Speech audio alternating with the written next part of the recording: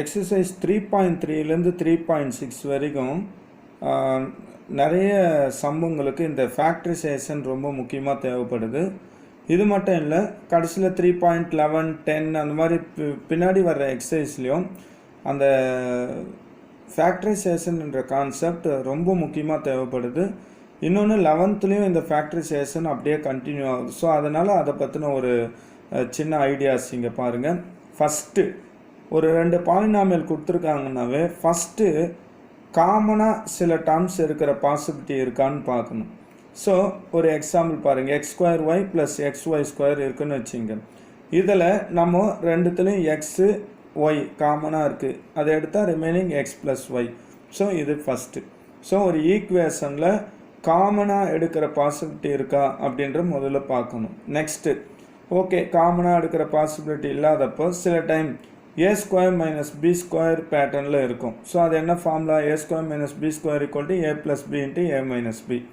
For example x² - 9 = x + 3 × x - 3. So இந்த மாதிரி ரெண்டுமே பர்ஃபெக்ட் ஸ்கொயர் கனெக்டட் பை மைனஸ்னால் நம்ம இந்த ஃபார்முலா யூஸ் பண்ணி இப்படி எழுதுவோம். ஓகேங்களா? அடுத்து cube formulas, x³ + y³ = x + y × x² - xy + y². அதே மைனஸ்லேயும் அந்த ஃபார்முலா. ஸோ இந்த 2 ஃபார்முலா ரொம்ப முக்கியமாக அதிகமாக யூஸ் ஆகுது. நெக்ஸ்ட்டு பார்த்தீங்களான்னா அடுத்து அதுக்கு ஒரு எக்ஸாம்பிள் சம் கொடுத்துருக்கோம். ஸோ a³ + b³ ஃபார்முலாவுக்கு ஒரு எக்ஸாம்பிள்ஸ் பார்த்தீங்கன்னா x³ + 27 x³ + 27 கொடுத்துருக்கோம். So x³ + 27னா 27 3³ so a + b x + 3 × x² - 3x + 9ன்னு வரும். ஸோ மைனஸ் இருந்தால் இங்கே அதுக்கேற்ற மாதிரி சிம்பிள்ஸ் மட்டும்தான் சேஞ்ச் ஆகும்.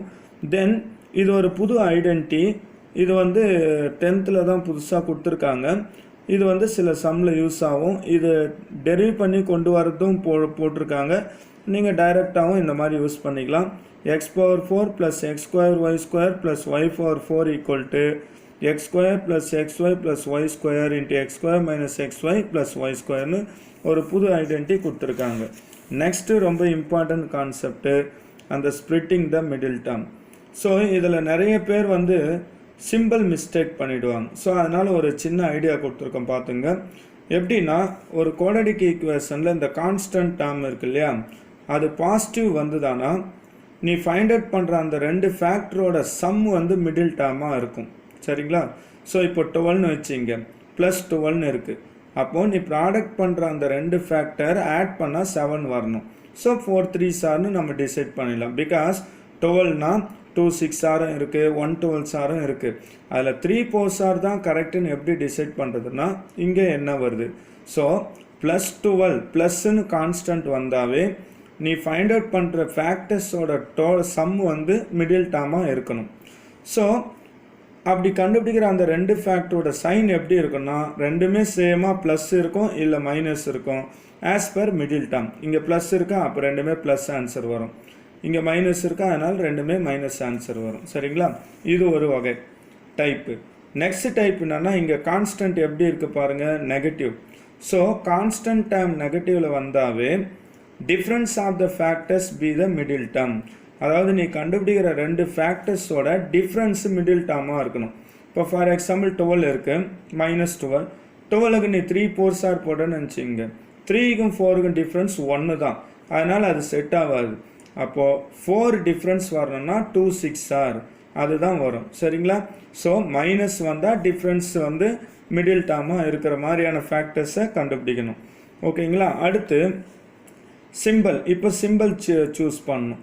இப்போது நெகட்டிவ் சப்ட்ராக்ஷன் மிடில் டேர்ம்னா அப்போ ஒரு ப்ளஸ் ஒரு மைனஸ் இருக்கணும். இதில் எதுக்கு ப்ளஸ் போடலாம் மைனஸ் போடலான்னா, இந்த மிடில் டேர்முக்கு என்ன சிம்பிள் இருக்கோ அதை எடுத்து போய் பிக்கர் ஃபேக்டருக்கு போட்டுருங்க. அப்போ ஆட்டோமேட்டிக்காக ஒன்று ப்ளஸ்னால் இன்னொன்று மைனஸ் அப்படின்றது கரெக்டாக வந்துடும். புரியுதுங்களா?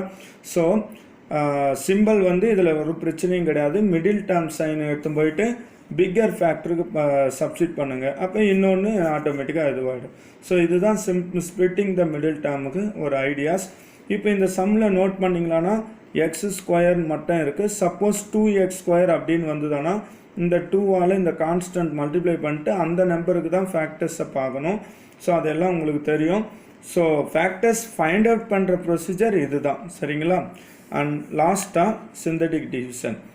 ஸோ கியூபிக் பாலினாமியல்ஸ் சப்போஸ் கொடுத்தாங்கன்னா நம்ம வந்து இந்த சிந்தட்டிக் டிவிஷன் கான்செப்டை யூஸ் பண்ணி நம்ம என்ன ஃபைண்ட் அவுட் பண்ணலாம், ஃபேக்டர்ஸை ஃபைண்ட் அவுட் பண்ணலாம். ஸோ இந்த மாதிரி 4 மெத்தட்ஸ் வந்து நம்ம புக்கில் 10th புக்கில் அதிகமாக இருக்குது.